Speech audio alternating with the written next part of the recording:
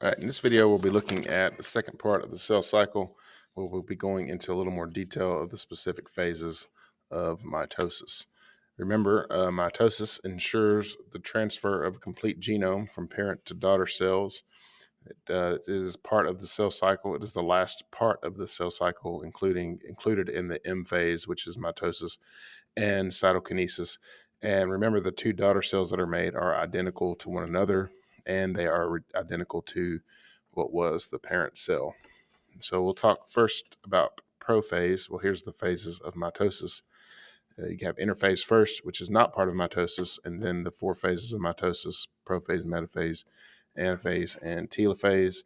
Prophase first, probably the most things to know in this phase because there's a lot of transition. This is where the cell is transitioning from interphase into cell division, and so a lot of changes. First, the nuclear envelope begins to disintegrate. You see here with this dashed line, and the DNA is coiling up in from chromatin, which is kind of a, this sort of thing, kind of an uncoiled mess, to these nice coiled things that we call chromosomes.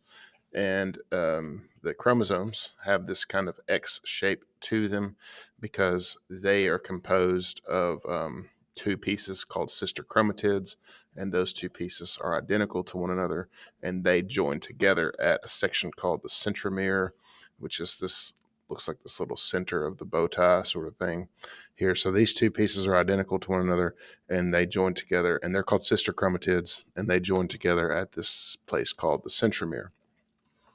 A few other things on prophase: the centrioles, which are represented by these little squares, are going to move toward the poles, and they're going to create these things called the spindle fibers, and the spindle fibers are going to start to move toward the chromosomes in the center of the cell.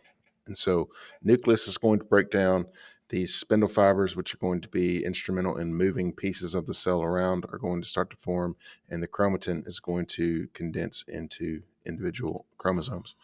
Next is metaphase. Metaphase is where the chromosomes are going to line up along the equatorial plate of the cell. Equatorial plate sounds nice and fancy. You could just say in the middle, meta and middle. Just think of it that way. The spindle fibers are basically aligning and push and connecting to these chromosomes, and they're attaching at the centromere. Another name for this center area that you'll see is called the metaphase plate or the metaphasal plate, which is essentially, again, the equator of this cell. So they're all lining up here at the middle. Metaphase is pretty straightforward. All right, anaphase, the prefix ana means to separate. And so this is where these pieces of chromosomes are going to separate. The individual sister chromatids are going to be pulled apart. Sometimes you'll see in the AP language, you'll see these chromosomes called double chromosomes when it exists in this kind of structure, which is not bad. It's just a little weird. It's not what I've always called them. And so this is a chromosome composed of individual sister chromatids. And then when they are pulled apart, these things become chromosomes. So they're individual chromosomes. And so that's probably why they call them double chromosomes, to eliminate that ambiguity there. But they're separated at the centromere, with the whole point being that this side and this side are both getting identical bits of DNA. Here, this is double the DNA of the parent cell, because remember, in S phase, that DNA was replicated, and here, now each cell is going to have its own copy of the DNA. And these chromosomes and all the other cell bits are being pulled to one side of the cell or the other.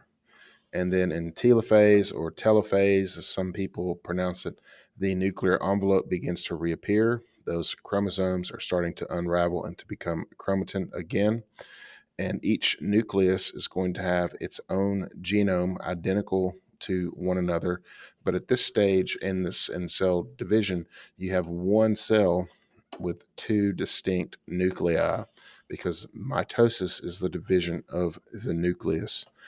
So all of the things that happened in prophase are starting to unhappen in telophase. It's kind of the way to think about it. That prefix T-E-L-E means finished or last. And so that is mitosis. And then after mitosis, you have the division of the cytoplasm, which is called cytokinesis. And this is where the cytoplasm is divided into two individual daughter cells. Each daughter cell is identical to the other, and both of them are identical to that original parent cell all the way back here. And so, again, the purpose of mitosis is to divide the nucleus. Cytokinesis divides the cytoplasm, and that completes the cell cycle.